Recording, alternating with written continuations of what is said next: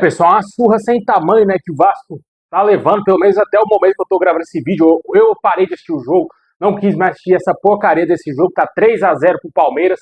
No momento que saiu o terceiro gol, já nem quis mais assistir esse jogo, porque, cara, lamentável a atuação hoje da defesa do Vasco. O Diniz não teve a capacidade de prever que o Palmeiras iria povoar o meio-campo da maneira que o Abel Ferreira fez e dominar o meio-campo no jogo de hoje. Com certeza, foi um erro tanto do treinador e dos jogadores, principalmente do técnico, né, que foi quem escalou. Logicamente, colocar um jogador que está lesionado há quase um mês para jogar numa grama sintética, num campo sintético, ainda diante do Palmeiras, como ele fez com o Tietê, é praticamente jogar com um homem a menos no meu campo. Coutinho, muito abaixo, não fazendo absolutamente nada em campo.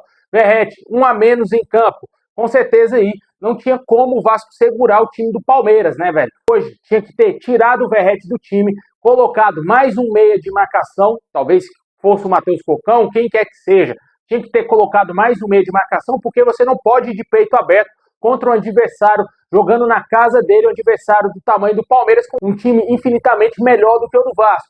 Infelizmente, faltou inteligência para o nosso treinador e principalmente para os jogadores do Vasco entregar os 3 gols para o Palmeiras, né? Na minha opinião, o maior culpado de 2 dos 3 gols foi, claro, o Lucas Oliveira. Também teve o Hugo Moura, o seu Léo Jardim fica mais adiantado do que qualquer outra coisa, né? Só chutar que faz gol nele também. Tem gente que vai discordar que o Léo Jardim é um deus intocável, que não pode falar mal dele, mas ele só fica adiantado, né, mano? Qualquer jogador chuta do meio da rua, a bola entra. Com certeza, hoje teve muita falha, o Robert Renan foi muito mal no jogo de hoje, por mais que ele tenha tentado, mas vacilou, tomou dribles fáceis de adversários do Palmeiras.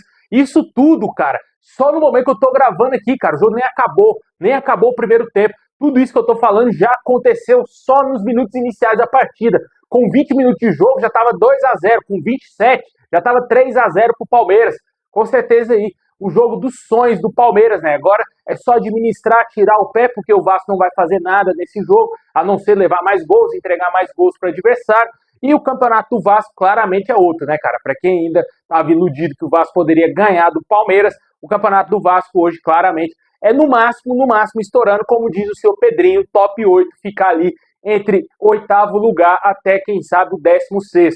Esse é o campeonato do Vasco. Pode variar de qualquer maneira, porque todas essas equipes que estão até um pouco além ali do 6º para baixo, até o 16º, apresentam o mesmo nível de futebol. O que destoa mesmo é Flamengo e Palmeiras. Até o Cruzeiro, que está lá em 3º lugar, não joga no mesmo nível dessas outras equipes, tanto que o Vasco conseguiu vencer com facilidade jogando em São Januário. O campeonato do Vasco não é esse, sempre vamos entrar jogando aí no Campeonato Brasileiro, principalmente contra o Palmeiras, com menos 6 pontos, porque sempre vai perder os 2 jogos, e contra o Flamengo dá pelo menos para competir por ser clássico.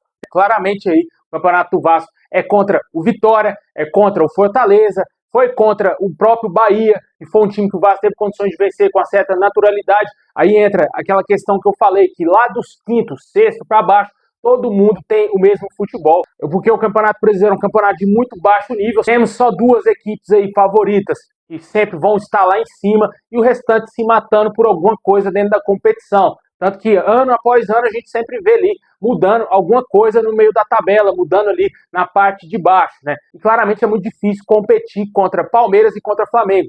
O Vasco teve hoje um choque de realidade, viu que claramente os jogadores que atuam no Vasco não têm o nível dos jogadores do Palmeiras, e o Vasco foi amassado, humilhado pelo Palmeiras hoje, né? E agora a sequência do Vasco. Vamos ter aí o jogo antes da pausa para a data FIFA, diante do Vitória, um jogo que o Vasco é obrigado a vencer, o Caldeirão vai estar lotado. Esse sim é jogo para o Vasco. Esquece esse jogo do Palmeiras, esperamos que essa derrota de hoje não interfira no segmento do Vasco no Campeonato Brasileiro, que o Vasco deixe para lá essa derrota, que só atrapalha a boa fase que o clube vinha vivendo, porque, como eu falei, é um campeonato totalmente diferente. O Palmeiras tem um investimento muito superior ao do Vasco. Se brincar, o Palmeiras tem dinheiro até para comprar São Januário, meu amigo.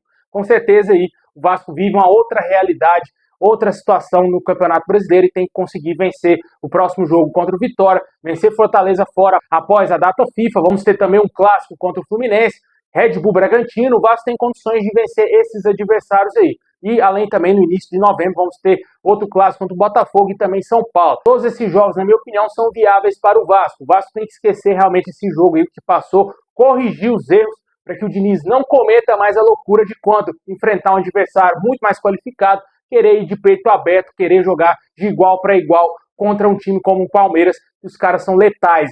A bola sobrou, qualquer vacilo, os caras vão lá e marcam. E ainda mais dois atacantes vivendo grande fase, como está hoje Vitor Roque e Flaco Lopes, pedir para o adversário te humilhar, te golear, né? É muito parecido com o que o Santos fez naquele jogo contra o Vasco, e isso que foi contra o Vasco. Hoje o Palmeiras está tirando o pé, cara. Já era para estar 5-6, mas vamos ver o que vai acontecer aí na sequência do Brasileiro. O que eu torço mesmo realmente é para que isso não interfira nos próximos jogos do Vasco. Comente o que você achou desse jogo patético do Vasco diante do Palmeiras, mostrando que a realidade é muito diferente do que o vascaíno imagina. Graças a Deus o Palmeiras não está na Copa do Brasil.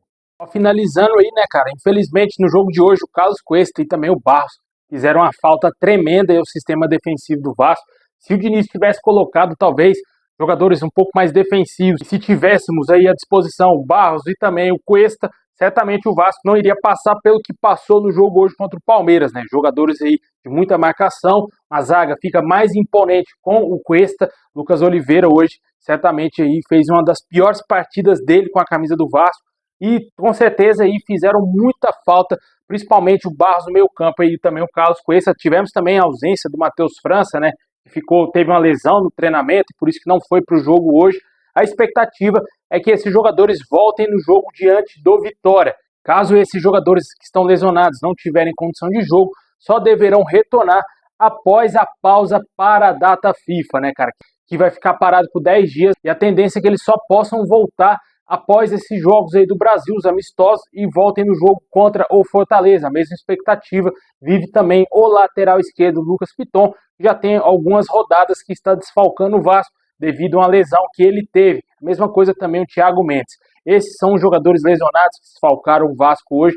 Claramente, sem o Barros e sem o Cuesta, ficou muito mais complicada a nossa vida nesse jogo diante do Palmeiras, né? Vamos ver se algum desses atletas vai ter condição de jogo para essa partida tão importante em São Januário contra o Vitória, e esperamos que tudo isso mude e que o Vasco tenha uma nova postura e que vença o Vitória de qualquer maneira em São Januário, porque só realmente a vitória interessa para o Vasco nesse jogo que vai ter casa cheia, como eu falei. Vamos ter o Caldeirão lotado e só a vitória tem que acontecer em São Januário aí no próximo domingo.